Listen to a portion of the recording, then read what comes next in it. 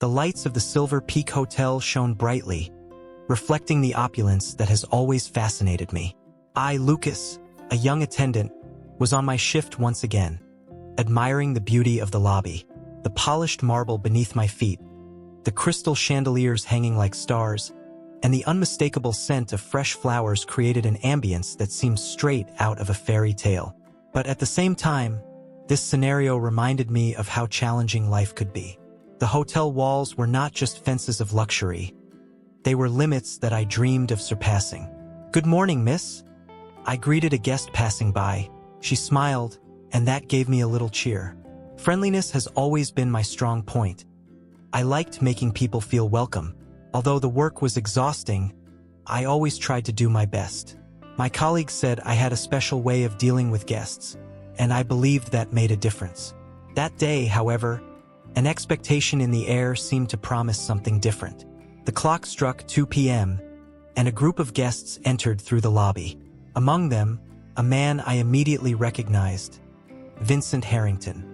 He was known in the city not only for his wealth, but for the arrogance he exuded. The rumors about him were numerous, and I wasn't eager to interact. But, as always, my duty was to treat everyone with the same respect. "Luke, you will serve that group," said my supervisor, with a tone that brooked no objection. "Harrington is an important customer, so please don't do anything that might anger him." "Of course," I replied, trying to keep my voice calm, but butterflies in my stomach accompanied me. I knew Harrington didn't respect rules and that this could turn into a nightmare. When I approached to check in, Harrington's smile was more of a mask than a sign of welcome. "Finally, someone who seems to be able to help me," he said, with a tone that had an air of disdain. "I can't wait to settle in this place." "Good morning, Mr. Harrington. I'm here to help you," I replied, trying to remain cordial. "How many companions will you bring during your stay?" "Oh, that's none of your business. What matters is that I'm a guest, and that should be enough," he snapped, his cold eyes analyzing me as if I were just a piece of the puzzle that he could move as he pleased. "Sorry, sir, but we have a policy that limits the number of companions in each room," I explained, feeling the tension rising. "Can I help you find a room that can accommodate everyone?" He gave a sarcastic laugh, shaking his head. "So you're going to tell me I can't have what I want, even though I'm a customer? Is this really what you want?" I felt my heart accelerate. Indignation burned inside me. "Mr. Harrington, all rules need to be followed, no matter who you are. I cannot ignore the hotel policy. Do you really think you can challenge me? I'm Vincent Harrington." He leaned forward, the expression on his face turning menacing. "Believe me, I can make your life hell." The pressure in the air was palpable. I was at a crossroads. Give in to fear or maintain my integrity. "I'm not here to make your life hell, but I can't ignore the rules. All guests deserve respect, regardless of their influence." The silence that followed was deafening. The lobby, which was once full of movement, now felt like a theater where just the two of us performed. With a quick movement, he took out his cell phone and called someone, probably a contact who could intervene. "You're going to regret this, boy," he said in a low but venom-filled tone. "If that means losing your job, then so be it." "I prefer to maintain my dignity," I replied, feeling a weight being lifted from my chest. What I had just done was risky, but somehow it felt right. The conversation was far from over, but my heart knew that that moment would change everything. What had started as an ordinary day had now become a turning point. And even though I knew the fight was just beginning, I felt the battle for justice would be worth it.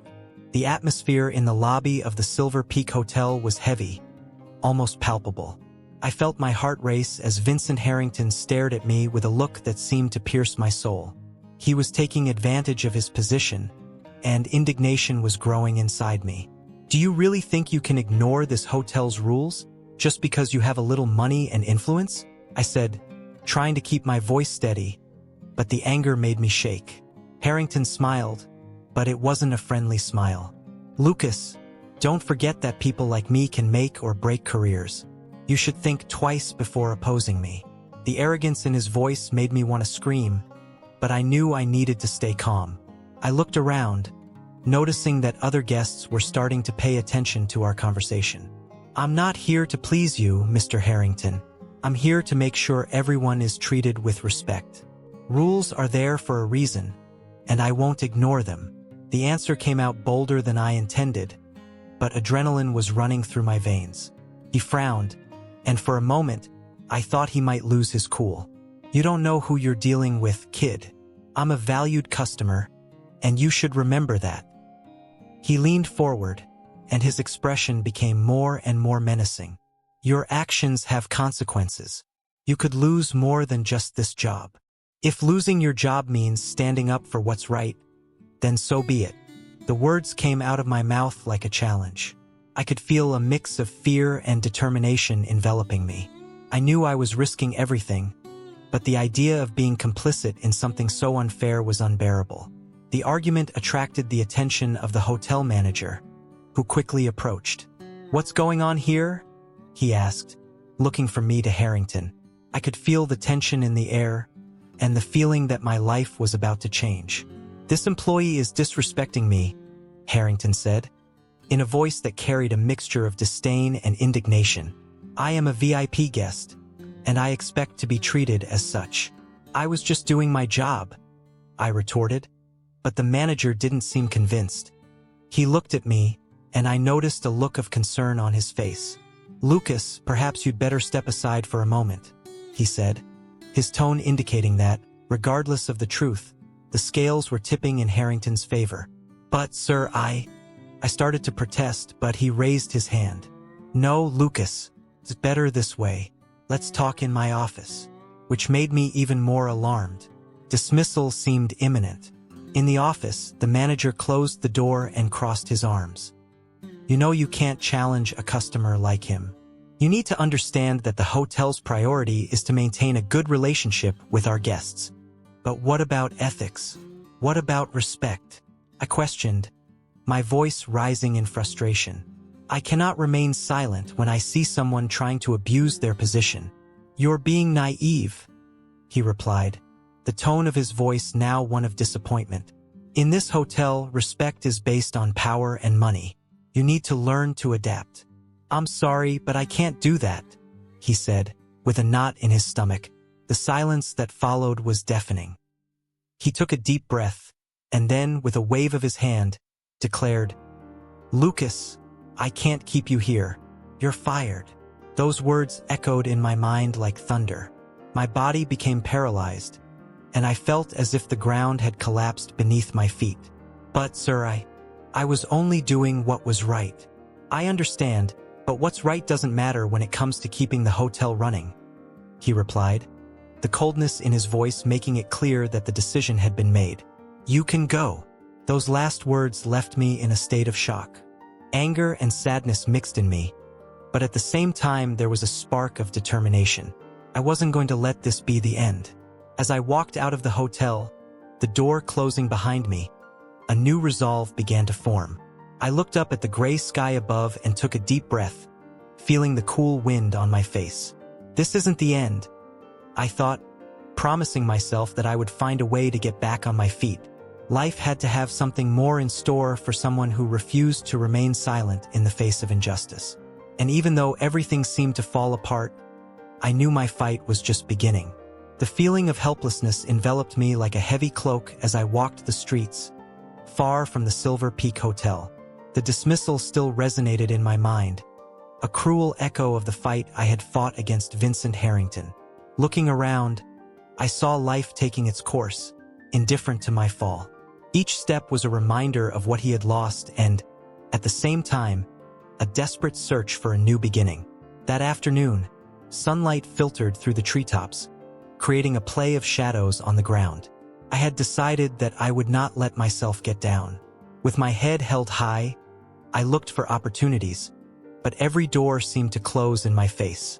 The interviews I did were an exercise in patience and resilience. "You were fired from Silver Peak?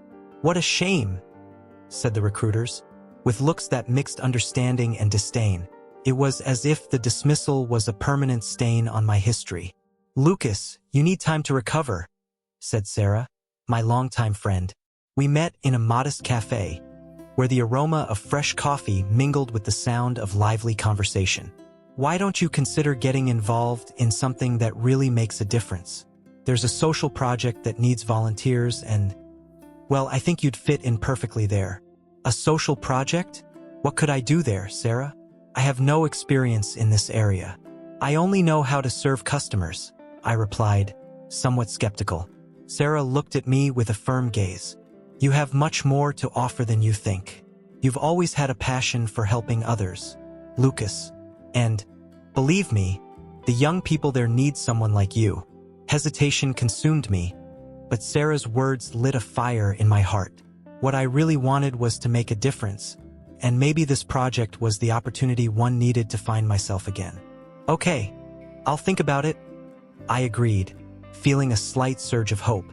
In the following days, I decided to get involved in the project. The first visit was marked by a mixture of anxiety and excitement. Upon arriving at the community center, I was greeted by a group of young people who, at first glance, seemed as lost as I felt. But as I introduced myself and shared some of my story, I realized our connection was deeper than I had imagined. So you worked in a fancy hotel and now you're here with us? Asked a boy named Tiago with a mischievous smile. Aren't you afraid of being trapped in a place like this? Sometimes you have to remember that luxury is just one aspect of life. What really matters is the impact we can have on people's lives.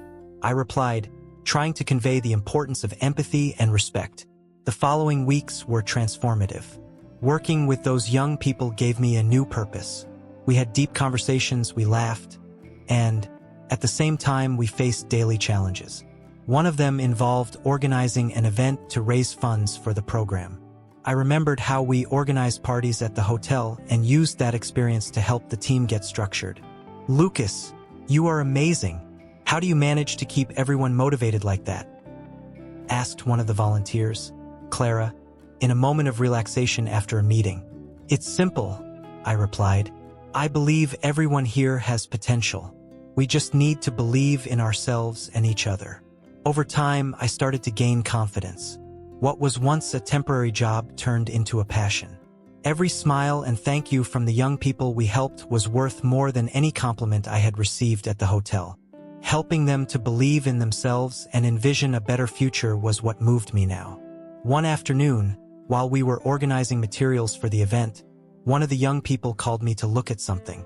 He had found an old donation box, full of books and toys. Look, Lucas, this could help a lot of children. I smiled, feeling a rush of gratitude. Yes, and it shows that even in difficult times, there is always something we can do to help. With each passing day, the idea that my dismissal was a tragedy began to feel more like a twist of fate. Life was taking me to a place where I could really make a difference. And so, with each new experience, I grew closer to the man I always wanted to be. While distributing food at a shelter, I felt a mixture of satisfaction and nostalgia. Those humble walls, with their faded colors and smell of homemade soup, reminded me of how hard life could be, but also full of hope. I always knew that even after being fired, there was something bigger waiting for me. The human warmth I felt there revived me, and I was determined to help in any way I could. As I was delivering the food packages, I spotted Lucas, a former colleague at the hotel, sitting in the corner, his head down. I went to him, my heart sinking. Lucas, I called, trying to get him to look at me. He lifted his head slowly, and I could see the sadness in his eyes. Hi, Lucas. What happened to you? I asked, sitting next to him. You know how it is. Life after Silver Peak hasn't been easy, he replied with a forced smile. I think the world of hotels is not for me anymore. I understand. I'm also trying to get back on my feet. But, look, if we come together, maybe we can make a difference. I suggested, trying to cheer him up. He looked at me curiously. What do you mean? What do you have in mind? I'm helping out here at the shelter, and I thought maybe we could do something together. You've always been a great greeter, and people need someone who cares, I said, gesturing to the movement around us. Maybe, but what about Harrington? He's still out there, and I can't forget how he destroyed our lives, Lucas said, his voice thick with frustration. I know that, In fact, I've heard rumors that he's involved in some suspicious activities. Wouldn't it be cool if we could expose that? I replied, feeling my adrenaline rising. Lucas's eyes lit up. Are you serious? Yes, we can investigate. I knew some people who were also mistreated by him. Together, we can form an alliance. Let's uncover the truth and bring to light everything he hides, I said, feeling more and more excited about the idea. This could be dangerous, he muttered hesitantly. I know, but what do we have to lose? We've already lost our jobs because of him. And if we don't do anything, he'll continue to harm other people, I replied, with determination. Lucas sighed, but his gaze brightened. All right, let's do this. Let's get together with the others and gather the information. Over the next few days, we started meeting up with other former colleagues. Each of them had a history of abuse and disrespect from Harrington. The conversation flowed, and with each report, anger and determination grew within me. There was something powerful about being together, joining forces against the one who had hurt us. If he thinks he can do whatever he wants, he's very mistaken, said a colleague, Anna, with a fierce look. We need to show him that we are stronger than he thinks. I agree. Let's gather as much information as possible. We can't let him escape, added another former colleague, Raphael. The room filled with murmurs of agreement, and I felt like we were forming an army. Our plan began to take shape. We spent days researching, listening to rumors, talking to people who might have information about Harrington. With each new clue, the feeling that we were getting closer to the truth increased. It was as if we were unearthing a dark secret he had hidden for a long time. Look at this, Lucas exclaimed one day, showing a document that we were able to access. Harrington is investing in companies that have ties to illegal activities. This could be our key. The mood in the room changed. It was a mix of fear and excitement. We knew we were messing with something big, but the idea of finally exposing Harrington felt a sense of justice. We need to be cautious, I reminded, looking at each of them. He is powerful and has many allies, but together we are stronger. Let's do this. Let's expose Harrington and end his power in the community, Lucas declared, and everyone agreed. The determination was palpable, and I knew we were about to enter a battle that would change our lives forever. The atmosphere of the gala event was charged with glamour and power. The Crystal Hotel, which hosted the celebration, was a true luxury palace, lit by crystal chandeliers and decorated with exotic flowers. I felt a little out of place, but adrenaline was pumping through my veins. My team and I were determined to expose Vincent Harrington and his illicit activities. I looked at the faces of my colleagues, all with expressions of anxiety and determination, and I realized that we were in this fight together, ready to face whatever came. Remember, Lucas, what we do here could change everything, my friend Sarah said, holding my arm tightly. Not just for us, but for the many other people he harmed. I know, I replied, trying to control my nervousness. But what if he recognizes us? He has power, and you know what that means. We need to remain calm. We have the recording. That's all that matters. The confidence in her voice gave me a little more courage. With my heart racing, I headed to the area where Harrington was surrounded by admirers. He stood out, like a king on his throne, with an arrogant smile and the attitude of someone who is not afraid of anything. The team spread across the room, each in a strategic location, ready to act. Meanwhile, I took a deep breath, trying to focus on the mission. Lucas now, whispered one of my colleagues, pointing to the stage that was about to be occupied by Harrington. The moment had arrived. I went towards the businessman, feeling the guest's eyes turn to me. The murmur in the room increased as I approached. Mr. Harrington, I began, my voice firm but not without tremor. I would like to speak with you for a moment. He raised an eyebrow in surprise, but quickly adopted a disdainful expression. Who are you? A lost waiter. The laughter of some guests echoed, but I ignored it. The stakes were greater than his contempt. I am someone who is no longer afraid of you, Vincent. I'm here to expose the truth.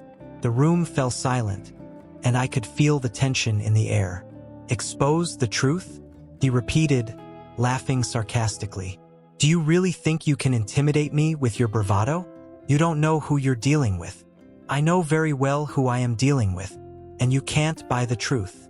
At that moment, I motioned for the team to come closer, and everyone began to gather around me, holding recording devices and papers with information about Harrington's illegal activities. That's a mistake, boy.